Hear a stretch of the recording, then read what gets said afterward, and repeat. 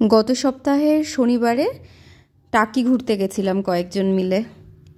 এই যে দাদা দিদিকে দেখা যাচ্ছে, এনাদের অ্যানিভার্সারি ছিল, 12 বছরের অ্যানিভার্সারি, তো সেই উদ্দেশ্যে টাকি ঘুরতে গেছিলাম।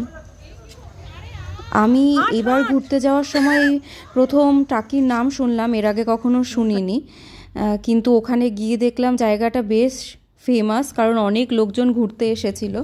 প্রথম দিন আমরা গিয়ে মিনি সুন্দরবন নামক জায়গাটায় ঘুরেছিলাম, আর দ্বিতীয় দিন ইছামতি নদীর ওপরে আমরা নৌকা ভ্রমণ করেছিলাম। নৌকা ঠিক ছিল না, লঞ্চ ছিল ওটা, কিন্তু ওটা বেশ ভালো লেগেছিল।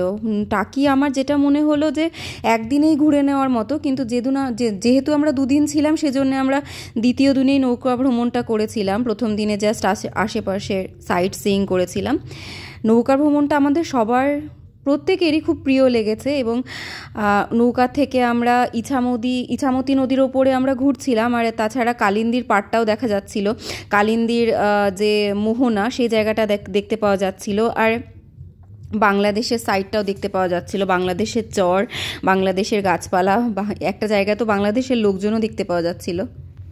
বিধাননগর থেকে হাসনাবাদ লোকাল ধরে হাসনাবাদেই নেমেছিলাম আমরা, কিন্তু টাকি রোড বলে হাসনাবাদের আগে একটা স্টপেজ আছে, সেখানে নামলেও হয়। হাসনাবাদ নেমে মাত্র 5-10 মিনিট মতো লেগেছিল টোটোতে করে আমাদের এই জায়গাটাতে পৌঁছাতে।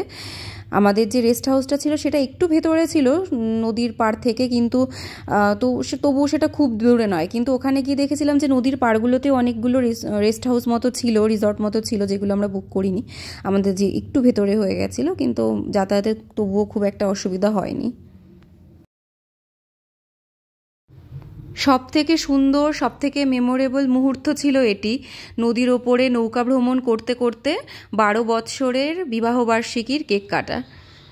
বেশ মজা হয়েছিল, এটা একটা সত্যি ভালো মেমোরি হয়ে থাকবে আশা করি সবার জন্য।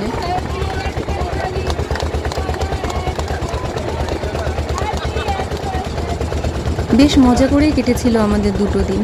কলকাতার এত কাছে যে এত ভালো একটা জায়গা আছে, এটা তো জানাই ছিল না। কেউ যদি একটু ঘুরতে যেতে চান, চলে যেতে পারেন, একদিনেই আশা করি হয়ে যাবে ঘোরা।